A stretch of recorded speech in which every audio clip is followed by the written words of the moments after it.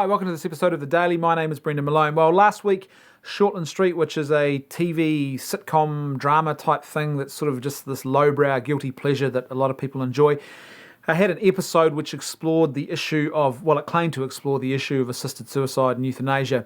In actual fact, it really didn't do that at all. I'll explain more about that in a second. But within sort of 12 to 24 hours of this episode going to air, the New Zealand media was lauding and talking up this episode as if it was some sort of nuanced and sort of very fair and balanced exploration of this deep and important social and ethical issue.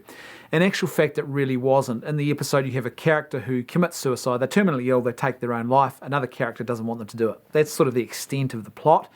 And if you didn't know anything about this issue, you would be fooled into thinking that that's what the debate was about. It's not what the debate is about at all.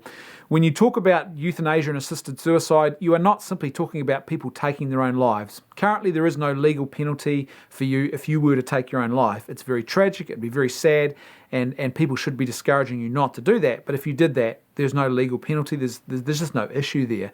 Instead, what advocates and campaigners around euthanasia and assisted suicide are asking for is they're asking for the law to be changed so that doctors can terminate their patients, kill them with lethal injections, or that doctors can prescribe lethal injections so patients can kill themselves. So basically they're looking to be assisted in their suicide, or they're looking to bring doctors into the situation to actually end the life of their patients. That's quite a different proposition. It's a much bigger issue. It has a whole lot of ethical complexities, and there are a whole lot of social flow-on effects for wider society that particular proposal has, that what we saw on Shortland Street has absolutely nothing to do with. So they didn't even present the real issue. They presented a caricature of the real issue, and they didn't even explore the issue in any great depth at all. When you talk about euthanasia and assisted suicide, there are a lot of issues that need to be unpacked, and you need to spend time doing that. You are not going to get any clear moral guidance. You are not going to get any deep and profound and important unpacking of these issues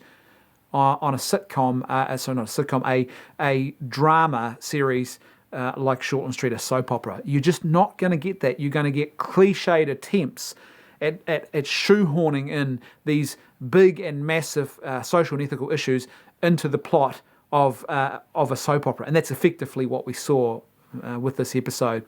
The thing they end up doing is they end up glamorizing suicide, which is not a good thing. The reality is that people who are facing terminal illness, persons with disabilities, people in difficult situations, they need our care and our love.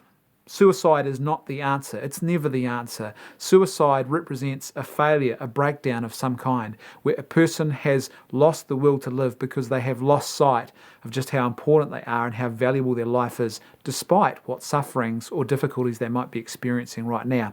What this episode did was effectively glamorize suicide and said to people, well, suicide was a good thing to do if you're in this situation, which I think is not only is it rubbish, but I think it's a terribly tragic and very dangerous message to be putting out there, particularly to the young people who watch this particular show. If you want to explore this issue in more depth, then I would encourage you to get on Google and actually do some further reading. There's plenty of books you can read about this.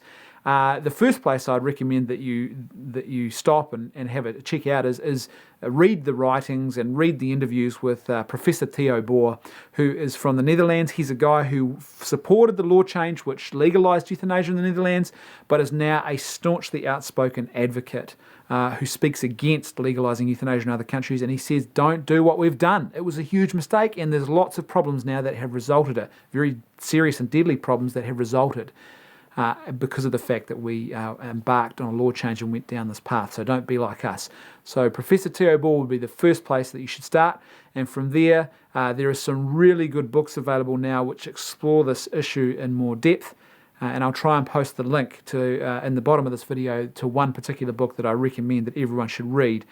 It's by a journalist who lives in a country where euthanasia is legal, and he talks about when his gay partner got sick and the pressure that he experienced in that situation, and how that all of a sudden changed his view about euthanasia and assisted suicide, and he made him realise that there was a very serious problem in his culture because of it.